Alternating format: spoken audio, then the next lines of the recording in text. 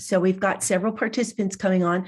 To the folks who are just now joining us, we are just waiting a few seconds to let people come into the webinar. And as soon as it looks like most of our participants are here, we will go ahead and get started.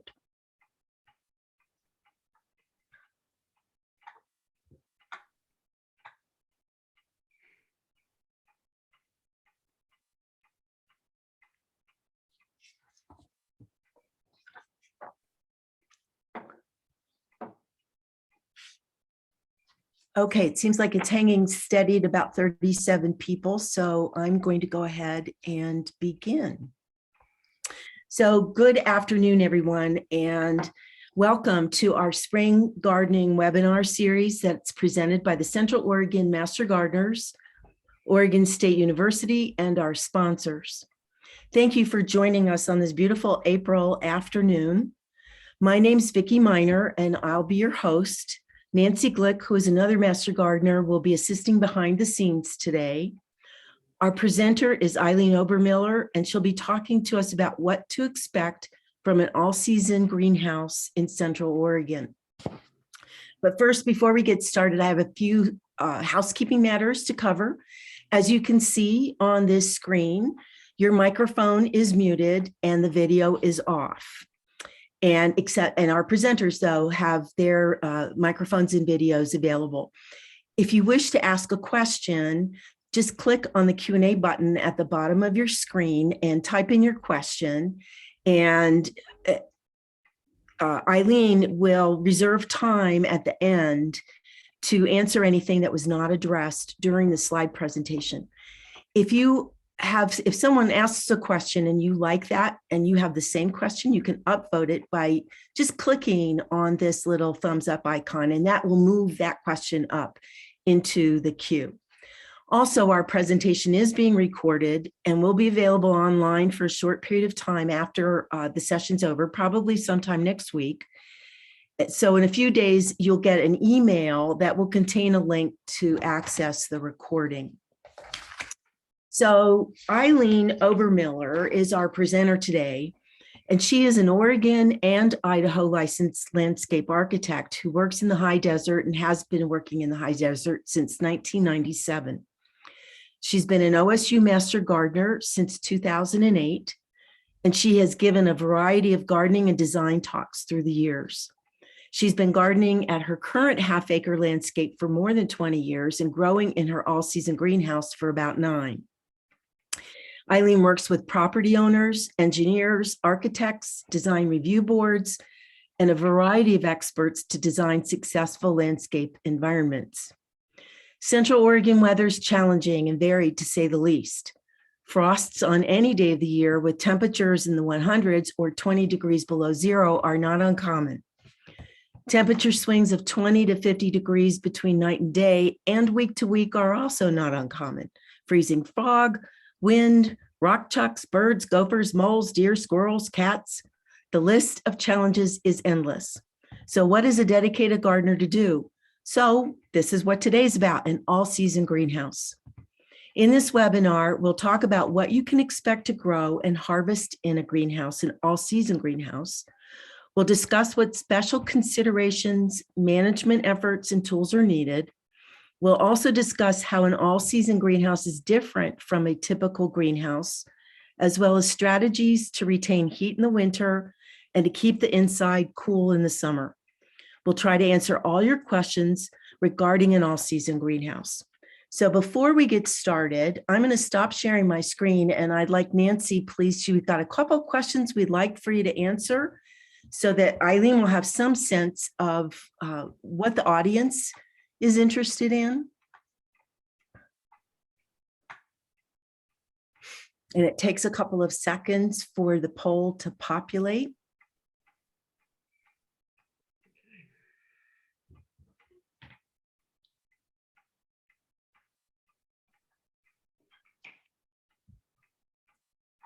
Okay, well, there we go. Boom.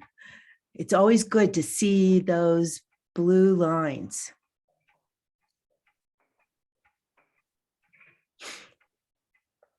We'll give everybody a couple of several more seconds to answer to give you time.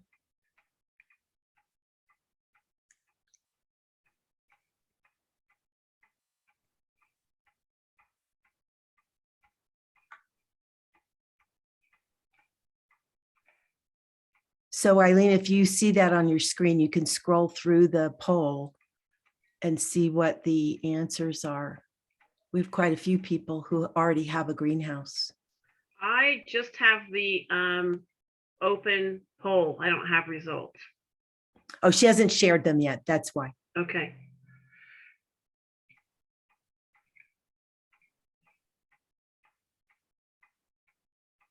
Okay, so Nancy, can you share the results?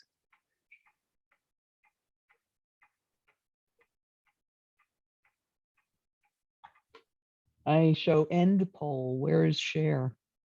Okay, let's end it. Click end poll and then Okay. Okay. there you There go. it Now is. share the results. There you go. So Oh, Eileen, you okay. can see that.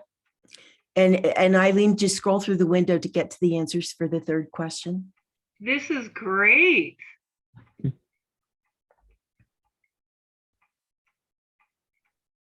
Tropical plants. Vegetables predominantly. Okay. This is very helpful. And spring seems to be the dominant period, but we have a lot of summer, fall, and some in the winter. So when we get to the end too and do questions, it'll be really fun if people share some of their experience in relation to what I've had. That's Okay. great. So I'm going to click stop sharing. Okay. And now I'm going to turn it over to you. So Okay. Eileen. So now I'm going to share. Well, welcome everybody. Glad you're here. Thanks for coming, and hope you get a lot out of this. I do have 9 years of experience in it now, and I have a lot of things that went right and some things that didn't go right, and that's important to share. So you get to learn from my experience. Oh, so it's not going to work. Okay, sorry, I can't do what I thought.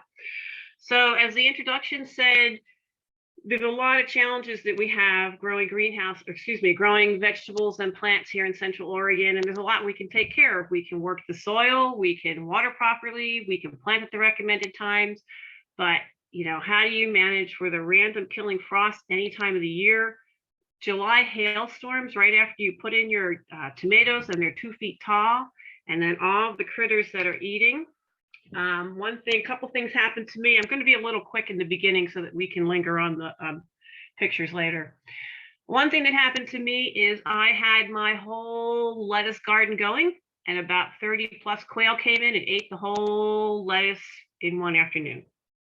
Another time I planted Austrian peas in 900 square feet of my vegetable garden in the fall so that I would have a nice winter cover crop, and they ate it all. I think they left me 3 pea plants out of the whole thing. We have jackrabbits, and they sit on the side of the fence and they eat what's growing in the garden. And I have cottontail rabbits, and they follow the fence line looking for any kind of opening, and they body slam the fence to get in. And then we have gophers, and they don't respect my fence either. They come in all the time and are a problem. They eat my carrots, they eat all kinds of stuff. There's different season extenders that we can do, and this is a sample of cold frames. I'm going to think that the people who are here probably know a lot of this, since many of you have greenhouses. But there may be some people who aren't familiar with all this, so we're going to go through it. So cold frames are an option. You could probably grow kale, chard, and beets in here into the very coldest, up to the very coldest parts of the winter. But you won't be able to make it through the winter, and you'd also have to be out there watering and tending to that in cold periods, which doesn't sound fun to me.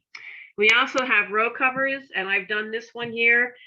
I set up 2 big rows, and I was going to grow through the winter, and all my vegetables came up. It was kale and lettuce and chard. And then every time I'd take the row cover off to water, it would blow away and I'd have to chase it. So I don't like doing that anymore.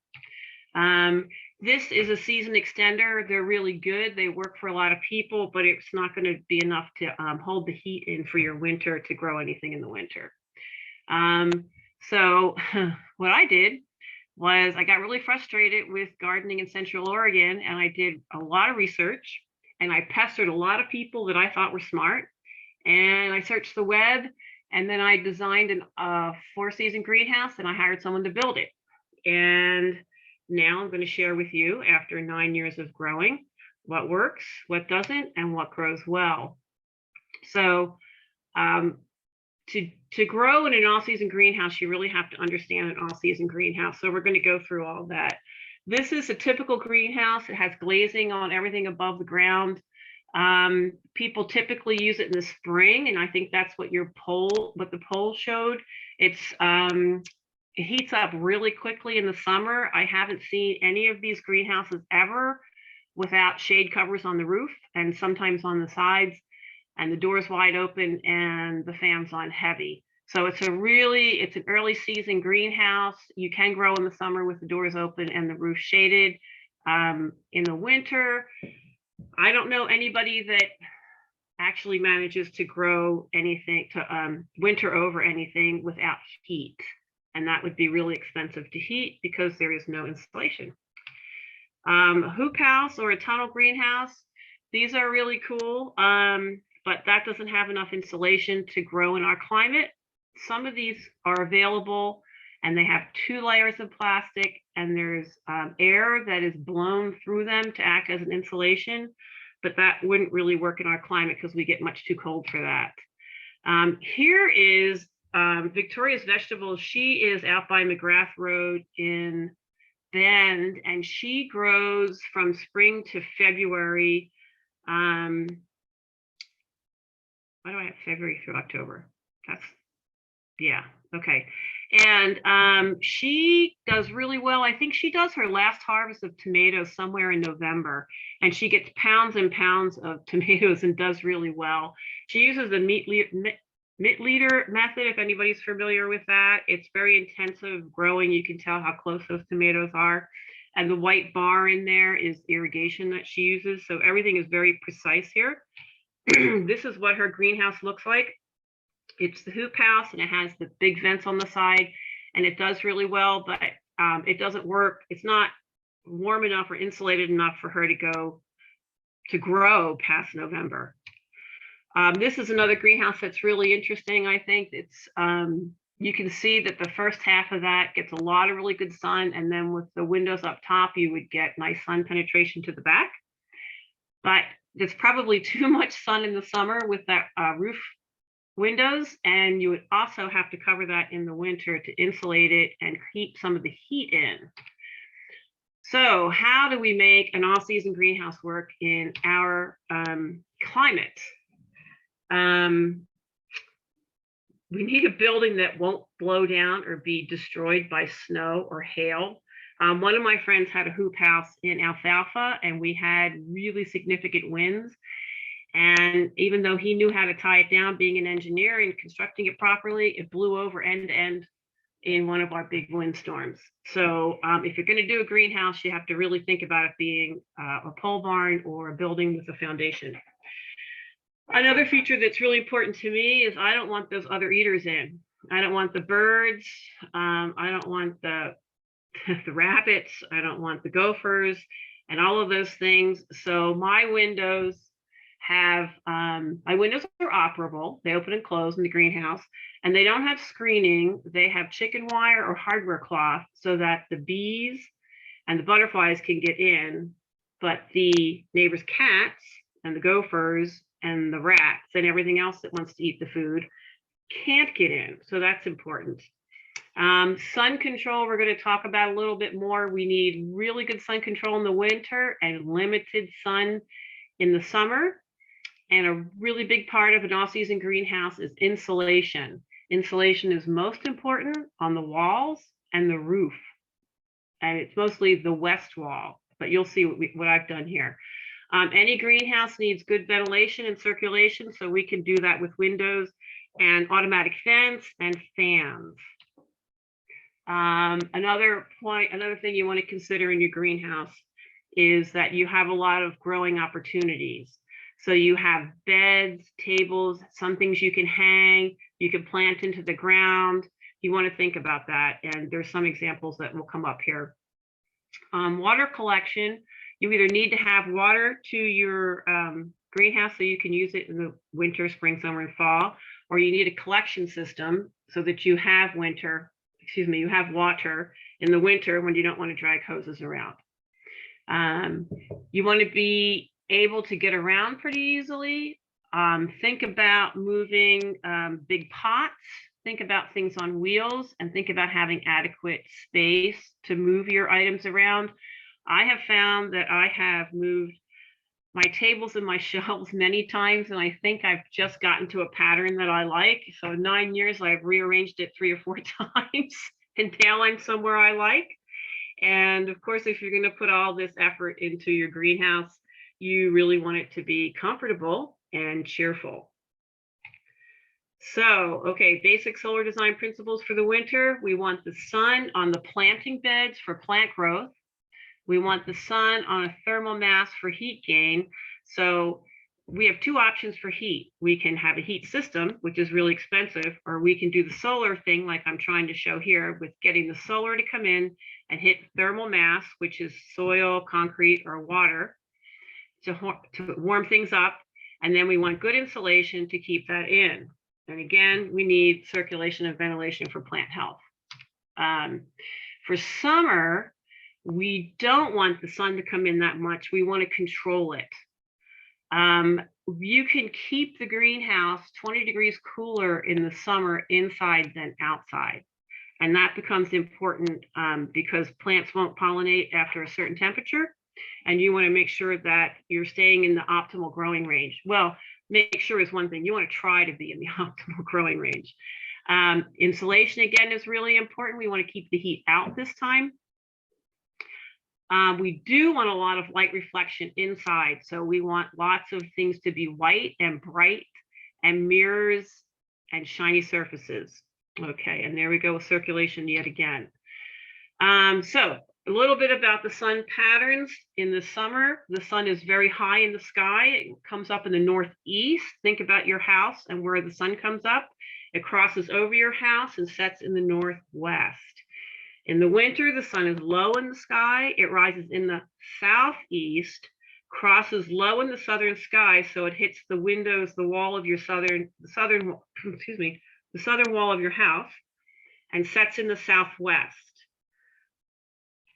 So those angles vary depending on where you are in the country. So we have one of these charts from Bend, and there is, if you want to look them up, there's a reference there to look them up, but I did it for us because I had to for my greenhouse.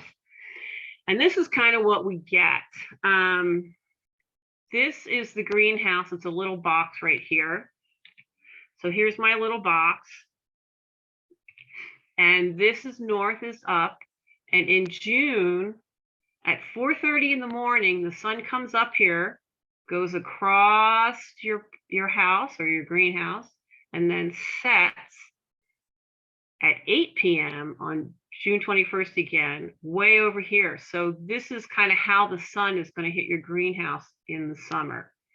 In the winter, the sun is low in the sky and it comes up over here in the southeast and sets in the southwest. So just trying to give you a visual here of how that happens. So this is the summer sun coming across your roof and on your east windows and your west windows and some of the north. And that's what you want to protect from the sun. And in the winter, let's see if this is it. In the winter, we want full sun access on the south, the east, and the west side. So this is an elevation drawing, and this might make a lot more sense. This is my greenhouse. It has the inverted roof. This side is the south side. This is the south wall. And this side has a lot of storage and stuff that I need. I collect water off the roof in these big drums. And in the winter, you can see that the sun comes through. Here's the windows. The sun comes through and hits the solar, the water collection, the planting beds, and back here I typically grow peas, but you could grow whatever you wanted back there, depending on the temperature of your greenhouse. So here's what we've got in December, and this is a picture that shows it. So this half of the greenhouse with concrete is the north half. These are the big barrels that collect the water, and they get sun on them, which you can see. This is probably later in the afternoon, that you can see the sun goes all the way to the rear wall in the winter when the sun is low in the sky. After that, the sun starts moving and it gets higher in the sky, and the sun patterns start changing. So you can see that the sun is coming in, but it's not covering all of the thermal mass. It is covering the peas. It is covering the bed. And then here we have March. The sun is higher in the sky, and so the sun angles now are completely off of the thermal mass, which is okay, because I don't need the heat anymore. And it's off the peas, the direct sun, but we have ambient light there. And so the peas don't need as much light as other things, so they always go on the back row there. Here we are in April. Look how much now we've only got half the sunlight on the planting bed. And here it is June. This is when it's highest in the sky and when it's hot. And this is how the greenhouse stays cool. I limit the sun that's coming in there by the location of the windows. The roof is insulated and the walls are insulated. It's even insulated around the windows. So we can go back to that later if people want to see that again. The other thing to think about when you're doing your greenhouse is what's outside of the greenhouse. On my greenhouse, I have a big juniper tree on the west. So even though I have windows, sometimes it'll shade it, which is nice when it's really hot in the summer. And so you want to think about that. Where are the trees and what are they going to do? And here's my greenhouse. This tree has since been gone. It's gone now because it was starting to shade the windows. And so it's gone. But this is the east side. And you can see there's windows on this half of the greenhouse. And this is the south. And there's a lot of windows here. It's not solid windows because boy, who could afford that? And also I have insulation between all these windows. Again, this is the south side. Lots of windows, and here's the west side. And this tree I keep, and late in the afternoon, it really puts shade on this side here so the intense heat is reduced. Now, the other thing I want to share is there's a vent. There's a vent here, and there's a vent here. And this is the east side. Oops. This is the west side. So we want to bring in the cooler air and bring it in low to the plants, and then we want it to flow out, up, and take the heat with it in the summer. So that's what I'm trying to do. Bring in some nice cool air and take the hot and send it out. Okay. And then we have the trees. Okie doke. North side, because of the V roof that I have, there could be hot pockets up here of air that could be stagnant. So I put in 4 little windows that I can get circulation with. Another thing I wanted to do that you should consider is big doors so that you can move big things in and out, part of that circulation and flow pattern that you're going to do. Okay, thermal mass. So a little bit on thermal mass. Water is great thermal mass, and it's really good to put it in a black metal container because the black will hold the heat and draw the sun in, draw the heat in more. You can have it in a clear container and it'll heat up too, but water is really great. I think it's one of the strongest thermal mass options we have. Soil is a thermal mass, so that's really good. Concrete and pavers are another thermal mass. And then with the insulation all around, we're going to help hold that heat in the winter, keep the heat out in the summer. And we're going to strategically locate our windows so that we don't have heat loss during the winter and we don't have heat gain during the summer. The biggest areas of heat loss is on the north side and the roof, And it's also the biggest heat gain in the summer is on the north side of the roof. So you want your roof insulated too. When I was designing the greenhouse, I talked to, pardon me, the guy that wrote the Greenhouse Gardener's Companion. His name is Sean, and he has several community greenhouses. And I was talking to him, and he said you can't use the fiberglass batting because it'll get wet and moldy. And so that took me to spray foam insulation. I think there's also fiberglass panels that you can use, but you can't use something that's porous. The greenhouse gets really, really wet in the winter when it's hot outside. Excuse me, when it's cold outside and you've got the solar access and you're hot on the inside. The thing with spray foam insulation is it needs to be painted because it will fall apart with sun. So you need a really specific paint for that. And if anyone needs the details on that, I could tell you more about that too. Okay, so I thought originally I was going to collect this water and use that water to from the big black barrels to water the plants. But I've learned that it's a lot harder to do than you think. And also, when I need the water most in the winter to water the plants, I need the water in the barrels to hold the heat. So I don't use the barrels for distribution anymore. I just use them for solar gain. So here's my little water collection. The roof comes down in a V and it comes into the barrels, and then the barrels are all lined up and they're all connected by hoses, and they distribute the water, and they heat up pretty well. I have little thermometers on them. They're often 62 degrees, 75 degrees in the winter if it's sunny. Here's the barrels. You can see the hoses, how they connect them together, and solid black, and they work pretty well. You can't see a thermometer on those, but there are thermometers on those. Okay, now we're going to get to the plant stuff. We had to get through some of that greenhouse stuff design, because if you don't get the control of the solar in the summer and the winter and the insulation, you're not going to be very successful. So if you don't know this one already, Growing Vegetables in Central Oregon, it's one of the best booklets you can get for information.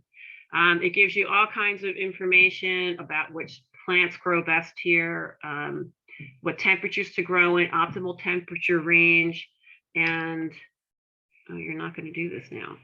Okay, and it also gives us soil temperatures for when to plant things. So let's look at one. So beets between 50 and 85 degrees is the soil temperature for when you plant, or when you sow your seed, excuse me. What I have learned is almost any time of year, I can sow seeds in the greenhouse and grow things. I check the soil temperature. The greenhouse performance is really dependent on sun. And we have more shady days in the winter than you'd think. But you can see shortly you'll be able to see what I'm growing and what it looks like in the winter.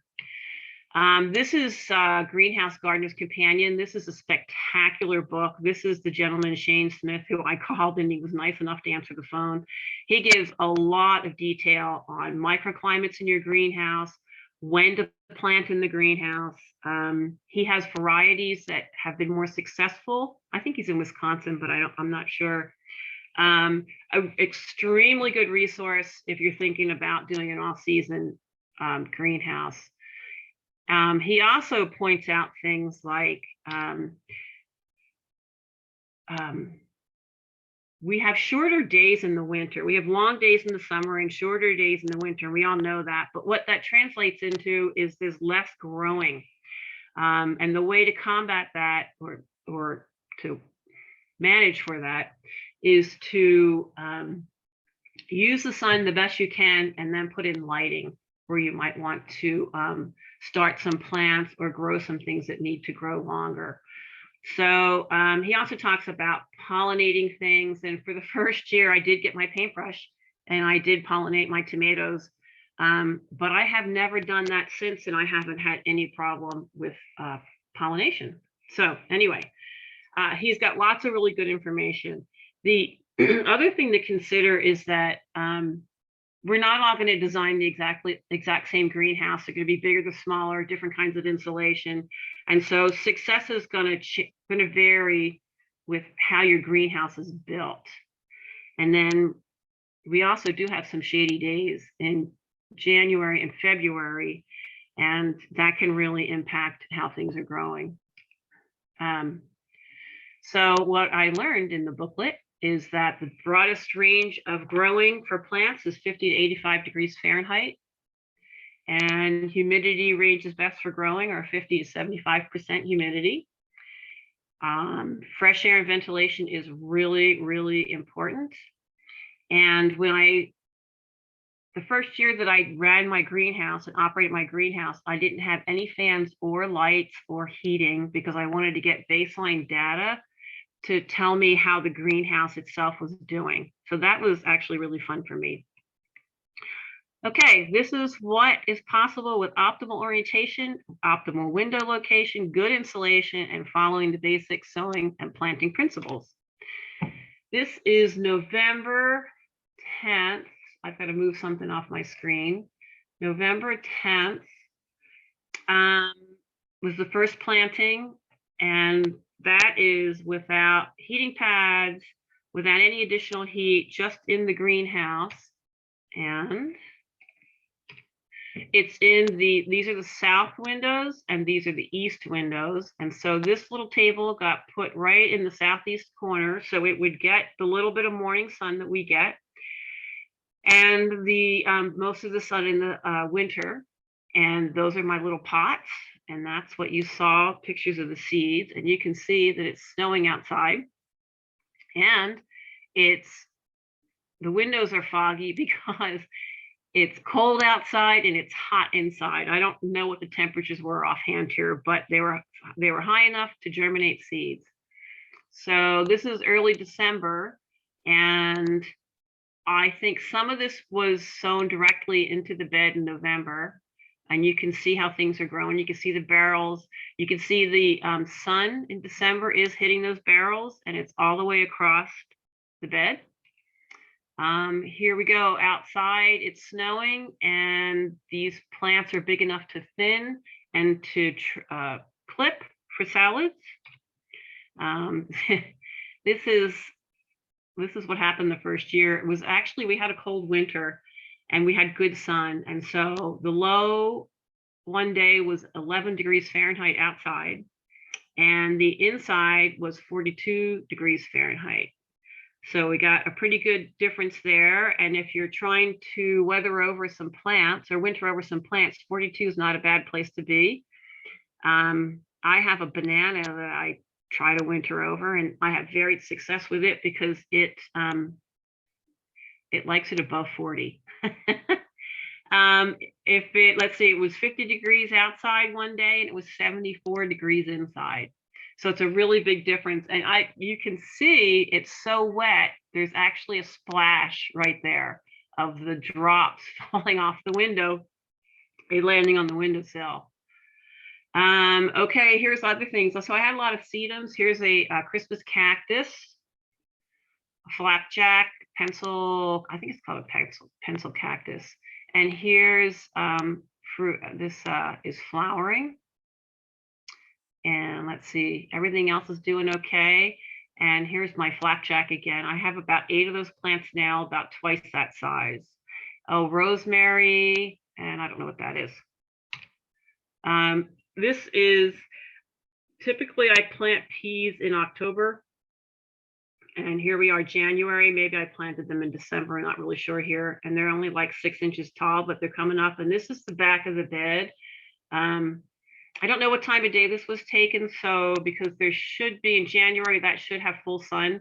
And you can see that I'm using foil back here just to get more reflection.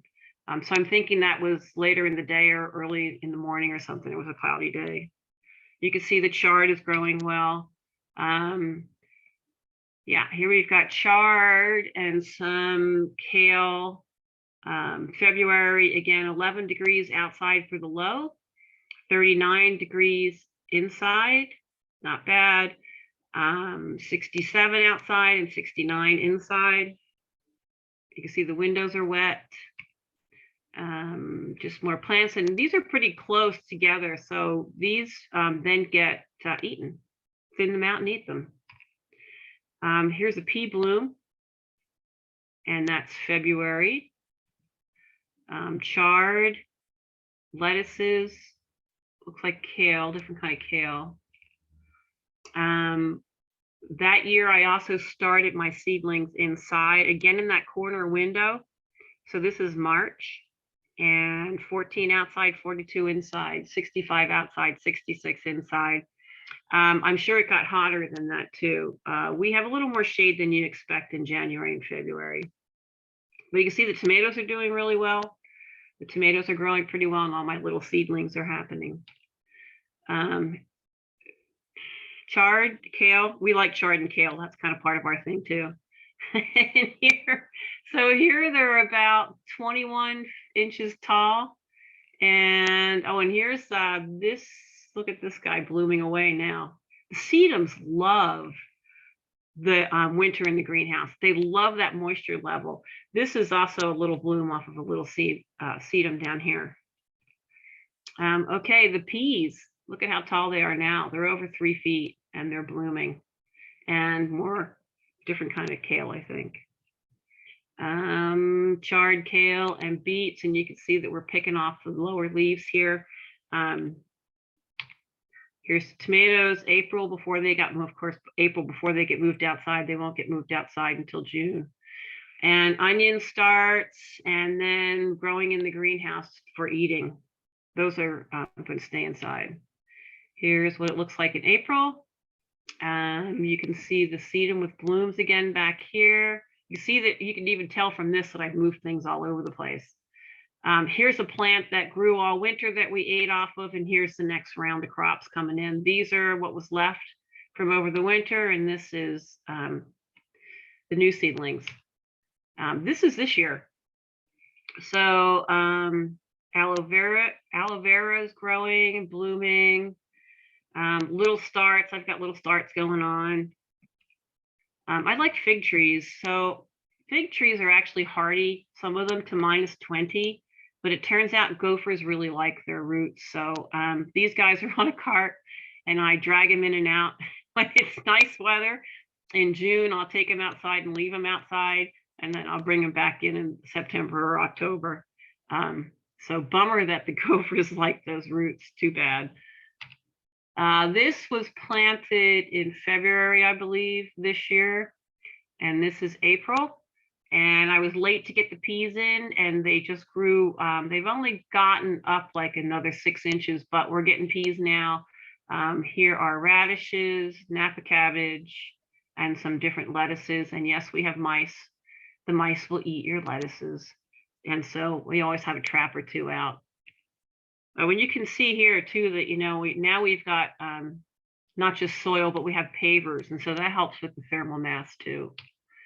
That is a chard that we've been eating on all winter. You don't have to plant a lot of plants. You can just plant a handful of them and then cut and come again, as they say. So you just keep cutting off of them and letting them grow and do some more.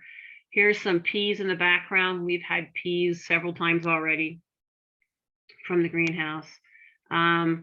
It's really fun to grow other things. That's a fern in the background.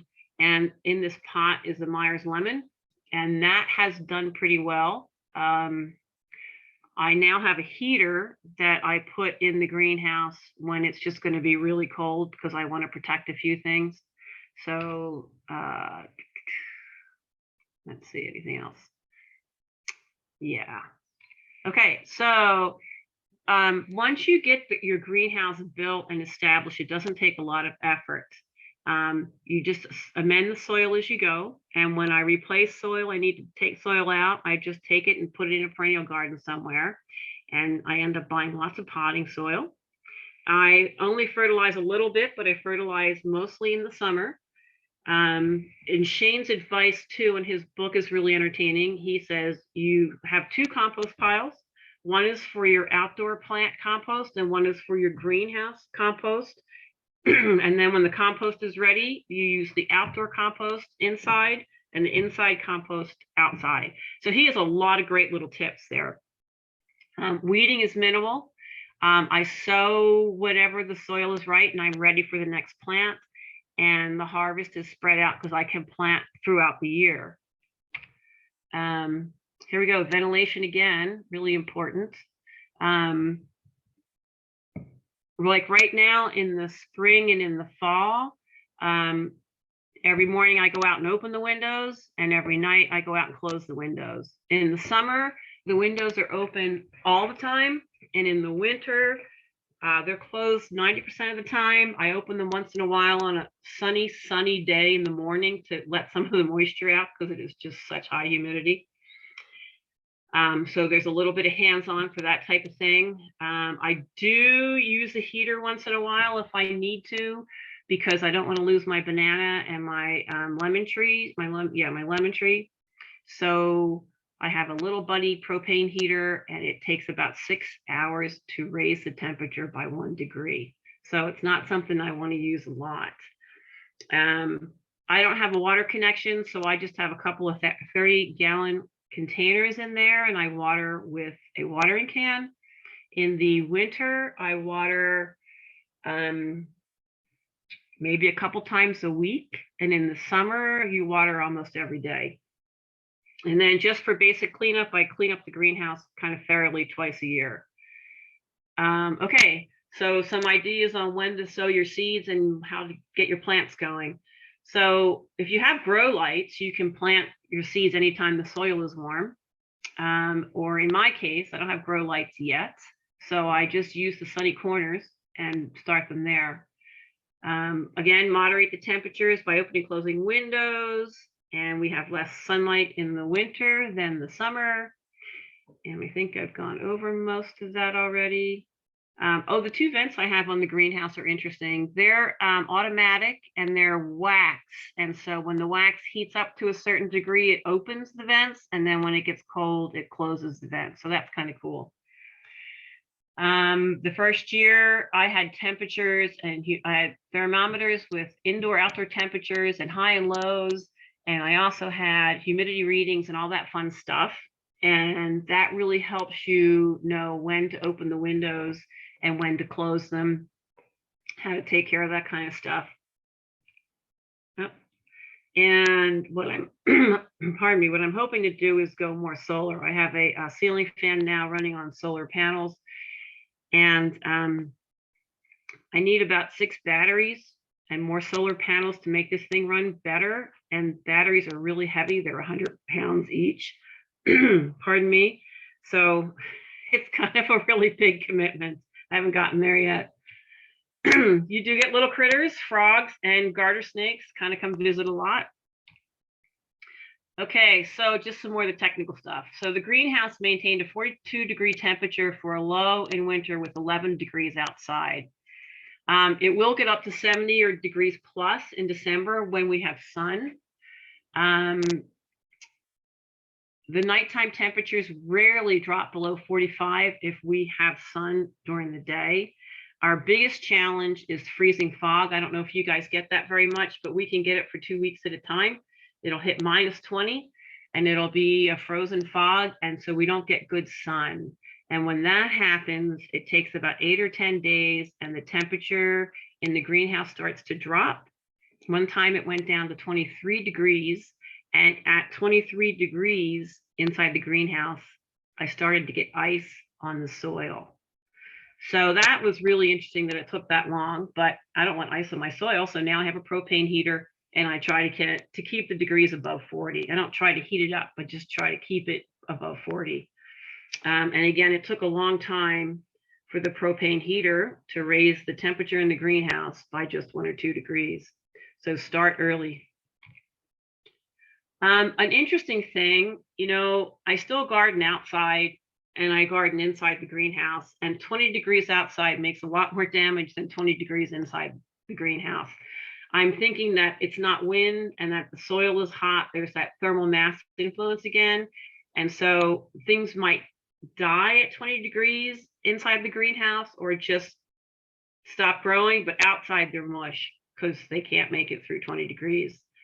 If I really wanted to, I could put some plants on the ground and use row covers inside the greenhouse if it got cold, and that would help winter them over or make it through the week until we get more sun. So there's some options there. And then in the summer, it's really fun because it is easily 20 degrees cooler in the greenhouse than it is outside. A lot of times it's 90 degrees outside, it's 70 degrees inside, it's 100 degrees outside, it's 80 degrees inside. So that's kind of nice. And that works on your plants because they'll still set fruit with 70 degrees, but they won't at 90 degrees. And that's particularly tomatoes. Okay, what to grow? Well, you heard a lot of it. Kale, lettuce, spinach, chard, beets, radishes, Napa cabbage. But all kale, spinach, and chard and beets do really, really well. Arugula grows and reseeds almost any time of the year. It actually, in my garden, it's flowering right now outside of the greenhouse. Peas do really well, which is great because I really like peas. And peas and lettuce can do okay with less direct sun, so they get put in areas where there's ambient light. Green onions do really well. I'm trying leeks now. We'll see how that works. Herbs do great. Rosemary, basil, sedums, parsley, thyme, oregano. A lot of that does really well. We're all kind of tomato addicts, I think, if you have a greenhouse. And so October, I am just getting tons of tomato in the greenhouse. I plant tomatoes at the same time in the greenhouse and outside of the greenhouse. And what happens in the fall, the tomatoes outside freeze before they're ripe, and the tomatoes in the greenhouse will go into November and sometimes December and January. Because I don't have additional lighting and heating, I don't try to grow tomatoes through the winter. I don't start them in the winter. I just try to extend the season. Peppers will do okay in the summer in the full sun in the greenhouse. Peppers are great, but again, they wouldn't make it through the winter. I tried carrots in a container and I don't think they got enough sun. They didn't do too well. Apparently root vegetables need more sun than leafy greens. So that's something to keep in mind when you're deciding where to plant your plants. Cucumbers and eggplant did not grow well in the greenhouse, maybe because there wasn't enough sun. Don't know. I'm guessing that's the case. I haven't tried corn or zucchini or broccoli or cabbage or melons because they need a lot of sun and they take up a lot of space. The banana I'm talking about that I'm growing is a hairy banana and the skin is pink. I can't wait to see what it looks like. And that needs to stay above 40. I have hydrangeas in there planted in the ground because I really like them and they just freeze and dry out outside. And right now the hydrangea has great little blooms. Fuchsia does well until it hits below 40. Myers lemon tree does great. The fig trees you saw. I have a jasmine vine. A lot of people like the smell of jasmine. That does really well all winter long. And that's close to the barrel, so that might get more warmth. And there's ferns. The ferns do really well. I just like them. They're really pretty. The greenhouse is always also really good for starting leafy greens, tomatoes, and cold crops. And basically, you could start melons and everything in there too. Microgreens, I've grown them any time of year. They do fine. And this year, I'm going to kind of limit how many plants I'm growing and just try to rotate, have 4 plants of kale and the green kale and chard and the green leafies to rotate so that I can have nice fresh greens all winter long, all year long. So here's the hydrangea. It has little blooms, but you can't see them here yet. Here's a fern, here's a fern, here's a fern, here's a fern. This has wild ginger in it. These guys, I'm trying to figure out where they like to live. This guy had more sun than this guy, so he looked great. I brought him over here. Do a lot of moving plants around in the greenhouse. Here's my Myers lemon. It needs some fertilizer. It's not looking real great, but I just picked off about 8 or 10 lemons like a month ago. Love the ferns. The ferns are great. Oh, this is the fuchsia. I think it gets too much sun on this side because when the sun really comes in, these leaves all go, and the part that's in the shade kind of survives. And then it also gets a little cold in there for it. So right now in April, it's got lots of little tiny leaves on it ready to come up. This is my hairy banana. It's sitting next to one of the barrels, so it'll stay hot. And it grows really well. It's just when it gets cold, it drops its leaves pretty easily. So let's see. Okay, just kind of going back to some of the challenges. It's really wet inside when it's cold outside, and you kind of need to mop off the windows, and just be aware not to water so much in the winter. You need to have good spacing for airflow, circulation. Air current is really important. So there has to be airflow in the greenhouse, and you have to have fresh air coming in and out in the summer, spring, fall. The cloudy days can drop the inside temperatures. So that gets to be a challenge. And what happens sometimes with that is, especially in the spring or the fall, is I won't open the windows during the day if I know it's going to be cloudy, and just let that heat stay in there. If you're going to have a thermal mass, like my barrels, you need to fill them up early in October so they have time to heat up and stay hot through the winter. And again, those solar panels, if you're going to do solar, batteries are really heavy. They're like 100 pounds. I can't carry them. My advice is to just try different plants at different times and see what happens. What works one year might not work the same the next year because the weather could be so different. Everything in the greenhouse is going to be wet in the winter, so you want to angle everything, like even the sills on the windows should be angled so it drains. Growing tables need to drain well. Basically, I have a table made out of 2x4s and it has hardware cloth on it, and so everything just drains down to the ground. Vinyl windows are better than aluminum. Aluminum will ice and it will bring the cold in, actually, where vinyl doesn't transfer the cold and the hot as well. Windows, not glass panes. You want to be able to open and close windows. That's really important. And then we have hail here too, so it's challenging what you're going to do with your windows and what happens with hail. The biggest challenges are balancing solar access with growing needs and reducing humidity without dropping the temperatures in the winter.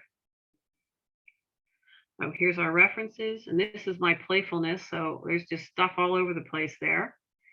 And that is it. We can go back and look at other pictures and talk about things as questions arise. Okay, so Eileen, thank you. Oh, get my head here. You're welcome. It's a little challenging talking to yourself on the screen. It is. And right now we're seeing half of you. So you need to slide a little bit so your camera gets your, there you go. Perfect. That's good. Thank you. There's one long question to begin with, but there are several questions about your thermal mass metal drums. Are they mass metal? Are they metal drums, and how large are they? How many gallons? And then there was how big are the barrels? So those are standard oil barrels, and I had them welded together because I wanted that vertical height on it. I can't remember how many gallons they are. I think I have 600 gallons total. And there's 6 barrels, so they're 50-gallon barrels, and they're welded together, so there's 100 gallons of water in each one. You can't move those things. They're extremely heavy with water in them. And if I were to do it again, I wouldn't stack them. I'd put them side by side, and then I'd use the top of them to grow things on. And basically, I just got them used from an auto repair shop. Okay. I think I answered the questions. Yes, and actually, there were 2 of the questions that had to do with the size Okay. and what type. So I'm just going to take these from the top, unless I see that there are a couple that are pretty similar. This one came in pretty early, and it's from Cynthia. I have a 26-foot diameter geodesic dome in Lapine from GrowingSpaces.com. How do you keep bugs under control? Most Oh, boy. aphids and scale. It's heated, lots of thermal mass via raised beds, 1,200 gallon above ground pond, a tank, Wow. carbonate fun. panels, windows, auto open close, 6 heavy duty fans. There are tropical plants and there are LED grow lights. So the issue is, how do you keep the bugs under control?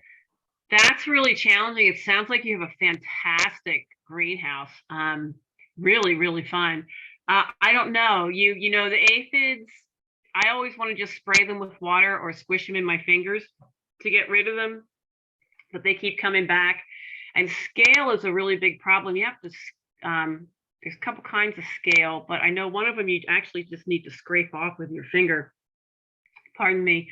The Greenhouse Gardener's Companion book, I think, talks a lot about bugs and what to do with them. I don't think you want to use a lot of, you want to limit whatever chemicals you're going to do in your greenhouse, I think, more so than you would outside.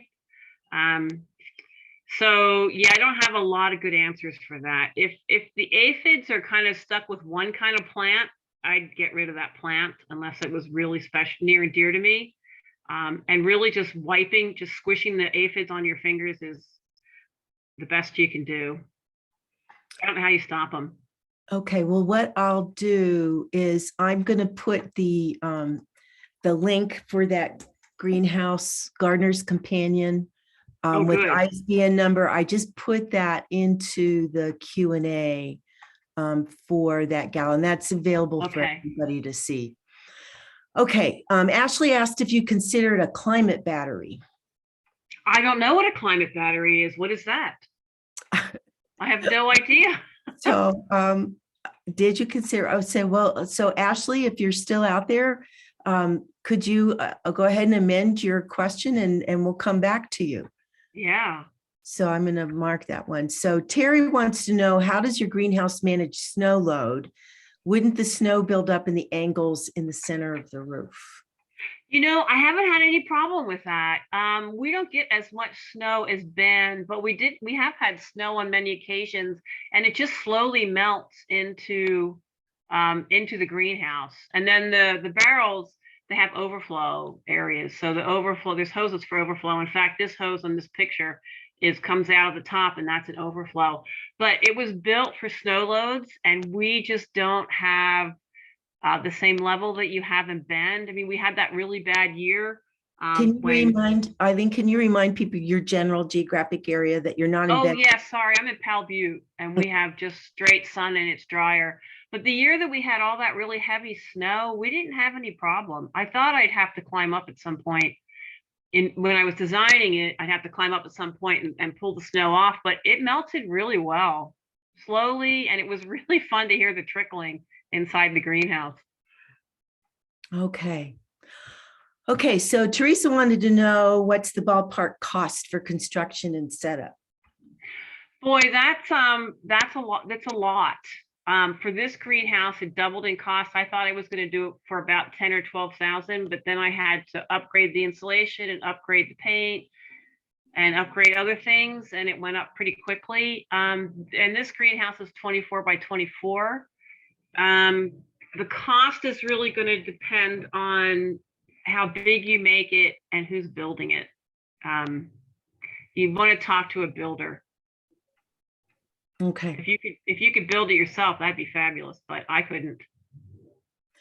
So Diane and someone else also like this question, wanted to know, what soil medium do you use? I think you answered that, but could you, and I think you answered the second part of the question, do you refresh soil over time? I believe you did answer that, but could you remind people? Yeah, and I actually didn't talk about all of it. So the planting beds, like right here where it's not the pavers, I just left the native soil and I put a lot of compost in.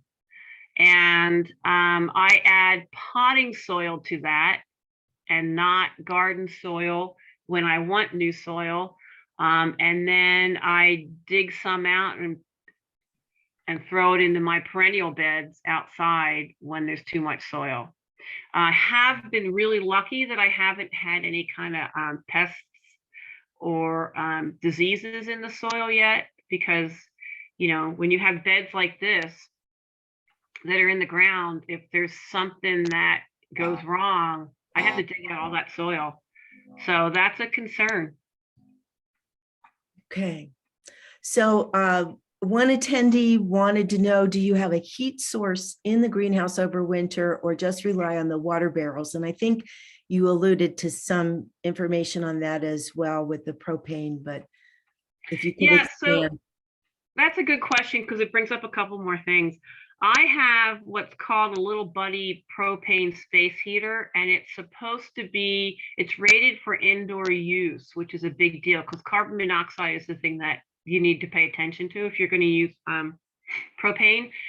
And so I bought it based on the square footage, and I turn it on, and I have a carbon monoxide, carbon monoxide alarm that I put right next to it. And I walk away and close the door and check on it pretty regularly to make sure that there's nothing funky going on. And it takes a while to heat up the area. So the barrels work really well while we have sun, and the barrels and the soil and the pavers work really well while we have sun. But after a week of clouds, I end up using the heater sometimes, the Okay. propane heater. Perfect. This particular question is a little bit further down the list, but I want to get to it now just in case other people are interested in it.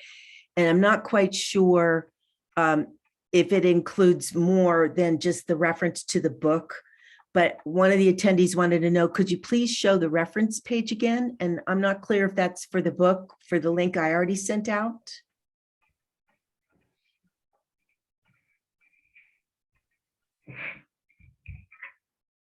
So that if that's for the greenhouse, we already pasted that link into the Q&A.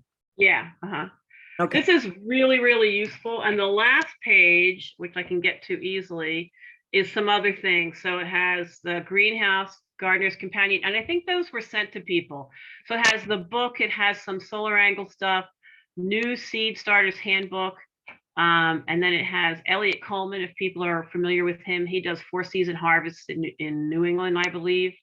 So those were some of the Yes, references. I will paste all of those into, Okay.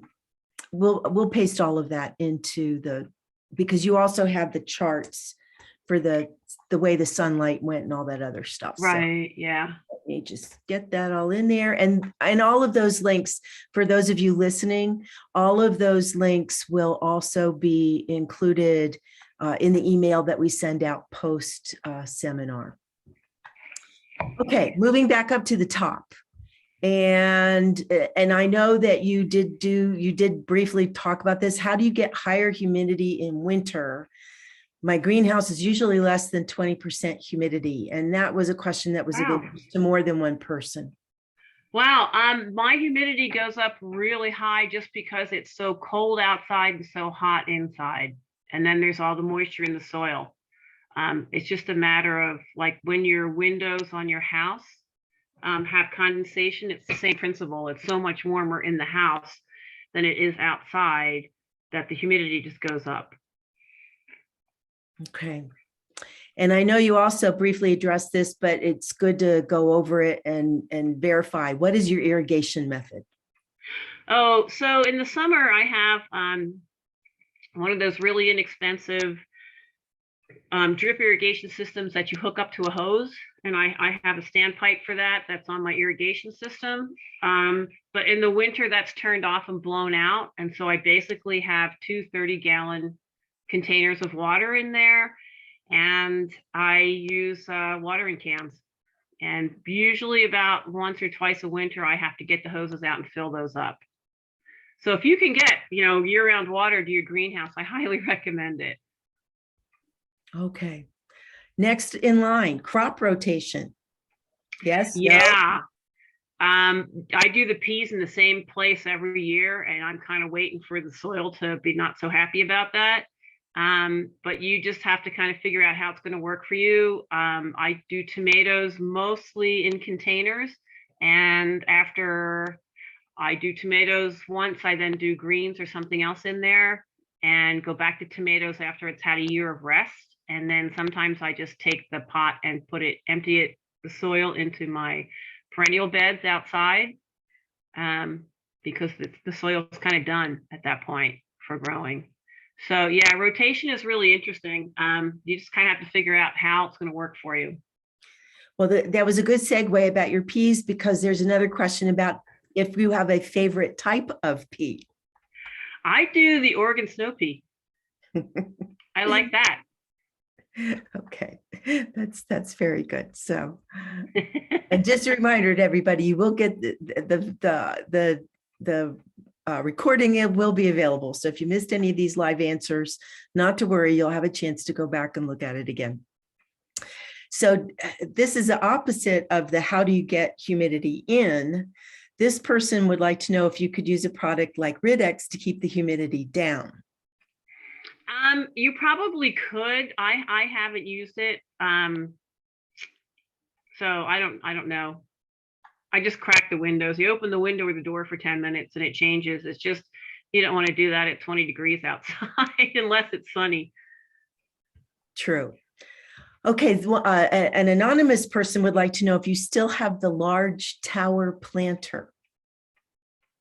Oh, I don't remember what that was. It must have been in the pictures. Well, as you're thinking about that, let's go on to another very important question that other people also have. With your in-ground growing, do you have issues with voles, gophers? Did you line a metal mesh underneath? No, I don't. I have a concrete foundation. And so the concrete foundation is at least a foot in the ground, if not a foot and a half. And it's also in a dry area. It's not adjacent to any irrigation. So those critters that like moisture wouldn't be drawn to here, although gophers go everywhere. So I haven't had any problem with gophers or voles or anything like that yet. Just mice. Just the mice. Good. Yeah. Well, no burrowing animals coming up from underneath. Not yet. They would have to be Herculean to get through the cement. I think so. Okay. So Rocky would like to know if there's a possibility of collecting the condensation off the windows and then use it as a watering system in the winter. Oh, that's really interesting. You'd have to really make sure you had some kind of collection going on there. So you'd have to have windows with like little gutters or piping underneath of them. And I don't know that you would actually get enough water to make it worth your while, although it'd be really good to get the condensation off the walls. Okay. Steve would like to know, or Steven, sorry, would like to know, would it work to have a circulating pump and run your warm water from the barrel through the beds to heat the soil? Oh, that's really interesting. I don't know if it would be worth it unless the soil was not getting sun on it, because the soil warms up pretty well when we have sun on it. And in the winter, most of everything has sun on it except my shade plants. Okay. I'm going to go back to the tower question. The Yeah. tower was on the High Desert Garden Tour several years ago. I can't remember what it was. I do all kinds of goofy stuff, so I don't really remember that one. You may or may not still have that. Okay. Well, I don't have it because I can't remember it, but I don't remember what it was. okay. So, well, to the person who asked that question, we're sorry, but if she does think Yeah. about it, she can always let us know later and we can get that out to you. Okay. Yeah. All right. Give me 2 seconds. I want to clear out some of these questions. One participant, and you already answered part of, this is a multi-part question from the same Okay. person. And the first part was what it costs to build your greenhouse, and you already answered that. But this person, they're trying to figure out what's the least they need to do to grow greens and figs year round, trying to avoid full custom, but running into the same issues with wanting insulation. What do you think about channeling Coleman with row covers inside a polycarbonate greenhouse for fall through spring? And What's I have Coleman? no idea what that means, because that just all sounded like Greek to me.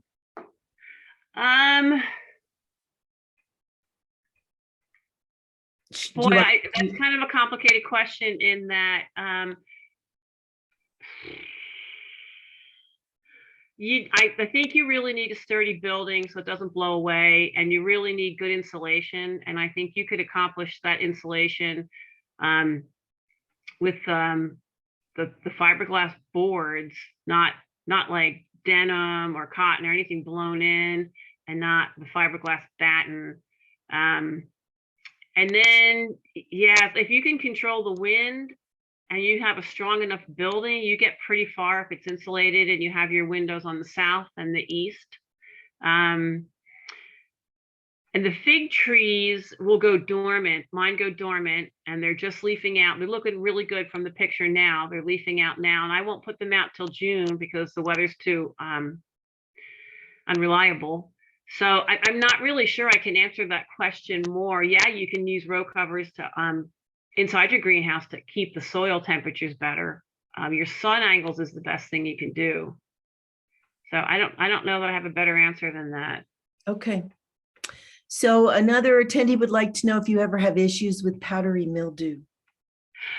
You know what? I have had a couple times, and I put those plants in a better area when I cut off the powdery mildew and put them in a better area where they got better circulation or sun.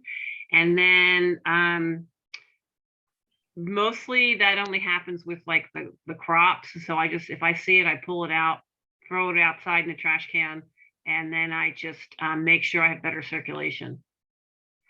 Okay. Add a fan or turn the fan up or something. All right. Give me just 2 seconds. Sure. Okay. So the next question, this is from Diane. Insects. I sometimes get green lacewings for aphid control and eliminate problem plants sometimes. And I think that's a statement, but it might be of interest to our other attendees about beneficial insects being in your greenhouse to help control the things like aphids. Yeah, the advantage of having a greenhouse is if you put lady beetles in there, they wouldn't be so easy to get out. Like they just fly away when you put them anywhere else. But I think I did lady beetles once with some limited success. And then I don't add any insects. I just have chicken wire over the windows so that the insects can get in and the bees can get in, and the birds and cats and other things can't get in. Okay, let's go on. Tim would like to know, doesn't it get too hot inside in August when the days No, are it doesn't. hot? Well, let me finish. When sorry. the days are hot and the inside heats up more with the lower angle of the sun. The summer sun has a higher angle, and I have enough ventilation in windows. Are we sharing my screen still? Yes, we sure are. Okay. I don't have a problem with it heating up. It really stays much cooler than everything else. I think I missed it. No, maybe I didn't. It really stays 20 and 30 degrees cooler than outside, because here's June. And you can see how the sun is only in that little area. And what I end up doing is all the tomatoes are lined up along the window here. So it doesn't get really hot in there. Okay, so Tim, we hope that answers your question. The next question, we don't have too many left.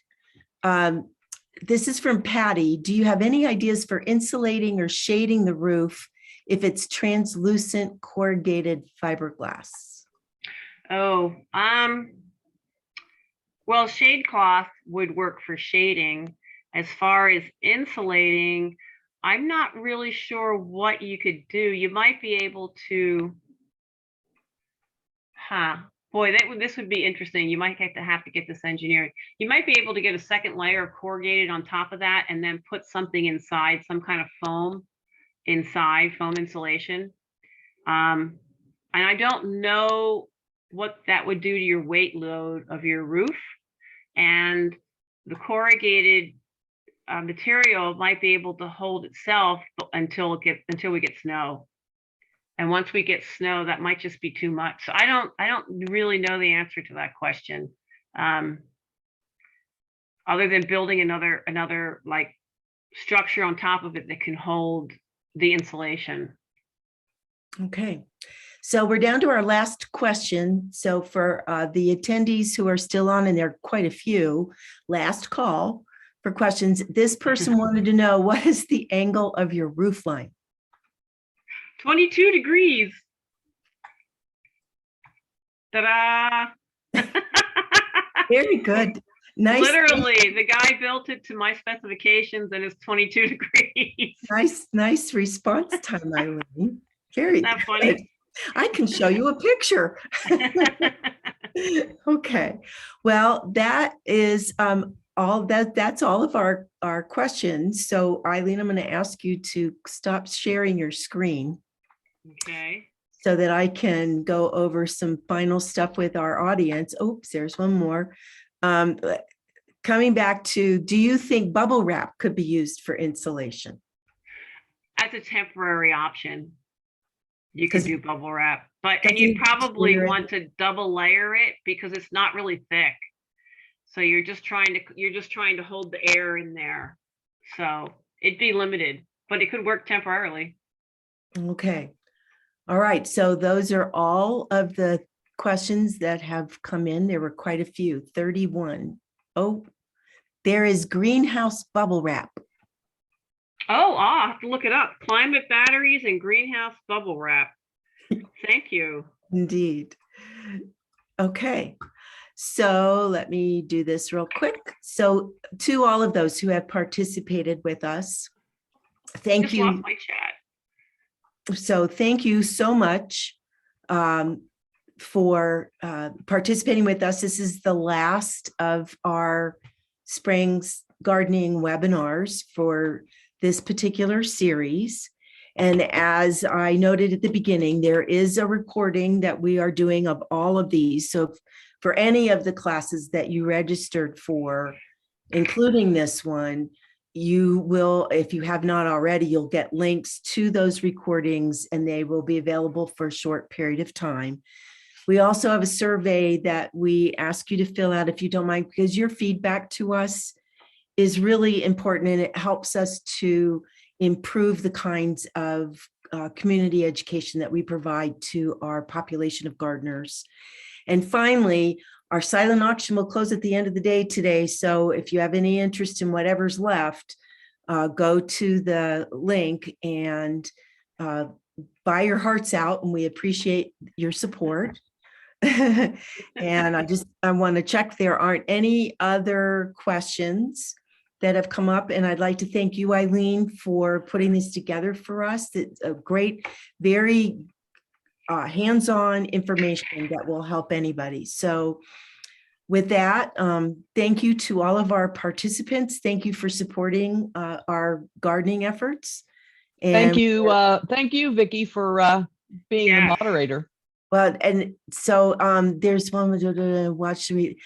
Stephen, we will get to your question after the seminar. If someone registered after the seminar, Nancy's typing a response to you about that now. And I think then, Nancy, I'm going to give you time to get to that before I stop. Thank you. We appreciate all of you who have participated with us. And Eileen, we especially appreciate all of the photographs and the details and your hands-on experience with writing. And one of the attendees would like to know, when are you going to write a book? That was kind of the plan when I did the greenhouse. It was supposed to be one of those things. Maybe when I retire, I better start taking more pictures. All right. I'd like to thank everybody, if I could, for your patience. This is the first time I've done a webinar where I just spoke to a screen, and it's a little awkward when you don't have people to talk with and get your rhythm. So thanks everybody for your patience, and thanks for all your help, Vicki. Not a problem. Everyone, thank you. Have a wonderful rest of your weekend, and we are calling it a day and a seminar. Thanks, everyone. Bye-bye. Thank you.